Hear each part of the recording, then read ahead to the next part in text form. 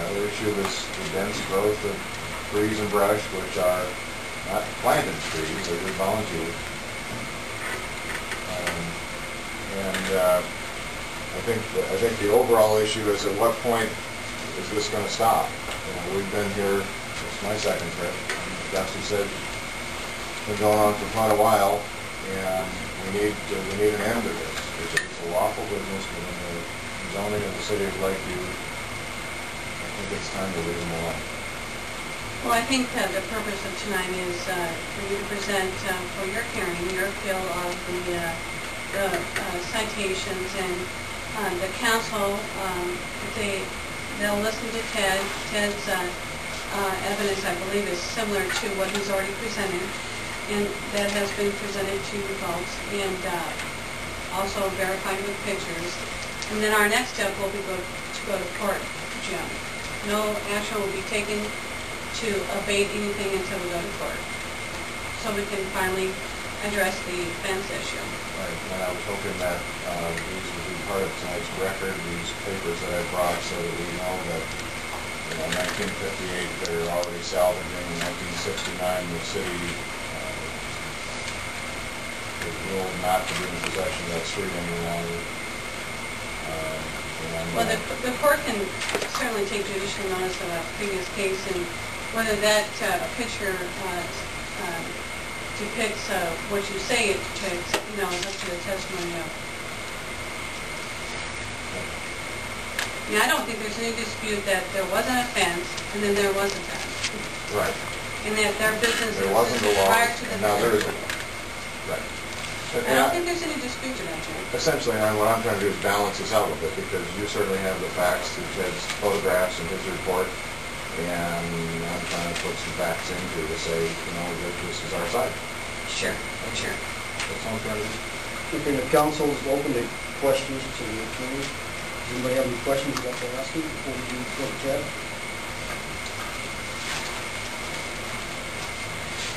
What about the animals? We keep getting animal calls down there. Is there one equipment coming down to assist for that? Have you ever, What's that? Skunks. Have you, oh, okay. I don't. Yeah, I did have a skunk down home, but he was a friendly skunk too. But if you're talking about having rodents down home, the whole city's full of rodents. I think Ted can speak on behalf of the police department. Received a phone call from you, Pauline, and he has received other complaints about seeing. I think you complained about a skunk. Yeah, I did. Okay. What's that? Yeah, Pauline had just called and said that they had a skunk down there, and so I went down, and it was actually eating out of the cat dish, and it was pretty close to the house. So, yeah. With feeding the cats, the skunk went away. They get hungry too. One time, one skunk? Yeah. So we have one skunk? One time, one phone call for Pauline. Okay. Okay. And two. You had two, right? Evidently they like to have the cat. That'd be nice. Is it possible that they're there because of the corn that's out back from Jacobson Seed also? Skunks don't eat corn. They don't? They're like mice. And where do mice hang out with? Corn? Do they eat? I'm assuming they would. So it's possible that the rodents and the skunks that you're discussing could possibly come in from Jacobson Seeds directly. That's the neighborhood. Exactly. Yeah, that's how that neighborhood is. Yeah. Okay. But I don't think we can charge these people, especially Pauline, when they're in an industrial area, it has a lot of wooded area anyway, including around the city yard there. There's a lot of trees and timber. I don't think that sounds like a real serious animal problem. 2 phone calls about skunks, one of them coming from Pauline. That's not a very serious problem. Most cities that have salvage yards and industrial districts would be happy to have that number of calls. Ted. Actually, I can just try to clarify as to why this package was sent out. What happened is I took Dusty with me, and we went down and was driving around one day, and what I told Dusty is I would take him down there and show him what the city expects him to move inside the fence. So we went and drove around the area for a while. Later on that day, Pauline came up, wanted to know what am I doing down there looking around. Did not realize that Dusty was with me. So at that time, what I told Pauline what I would do is that I would come down, take photographs. She wanted to know, what are we supposed to do? What do you want in? I said, what I'll do, take photographs of what we need moved inside the fence.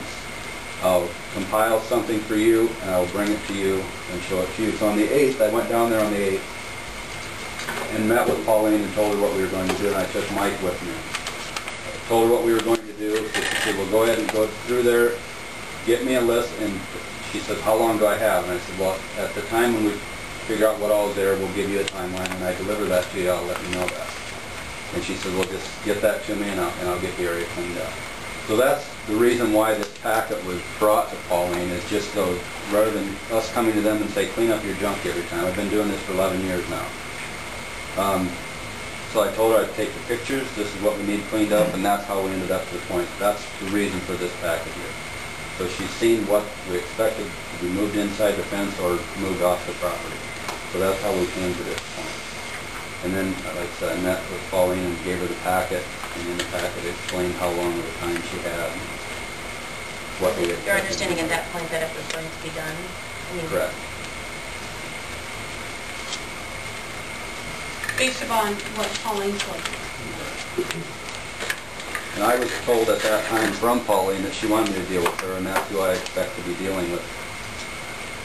If it happens, if she wants to talk to the other kids or whoever, it's fine with me, but I took it directly to Pauline because she asked me to do that, so that's what I did. You didn't say what time or what day you were going to take those pictures, because you were on my property without my knowledge. The day we took the pictures, I met with you 10 minutes before we took the pictures and said, me and Mike are going to take the pictures now. And you said, okay, take the pictures, compile what you need to do and get that to me, and I'll have the kids get it cleaned up. I talked to you 10 minutes before we took the pictures. You drove away, went down the alley. When you took those pictures up by my house and down that way, you weren't. You did not. Mike was with me. What we did is we told him, we got out of the car, told her what we were going to do, went around through the alley and pulled in by the mini-story buildings, what we did, and then went in and took the pictures. So I gave her 10 minutes notice that we were going in there, and I had authorization to go in there. She told me to go ahead and take the pictures. And Mike was with me at the time. He was also with me when I took the packet down there and dropped the packet off. So I did have permission to be in there to take the pictures. The time I did not have permission was when Dusty was with me. Pauline did not realize that he was with me. Pauline, I think it's, or Jim, I guess, I think you would prefer that we meet or talk through you, and I think that's what the message was to Ted, and that's why he went to you first.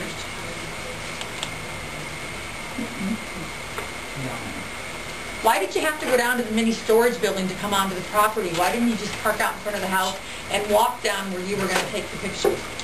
I guess a better question would be, what's the difference where I parked to take the pictures? Because I don't think she knew where you were going to get on the property to take pictures. She called me directly after she got done yelling for you to stop in the alleyway up the road, and she told me that you had been taking pictures, that you would bring back pictures, that you were out there taking pictures. I mean, it wasn't even a matter of seconds that she called me on the phone.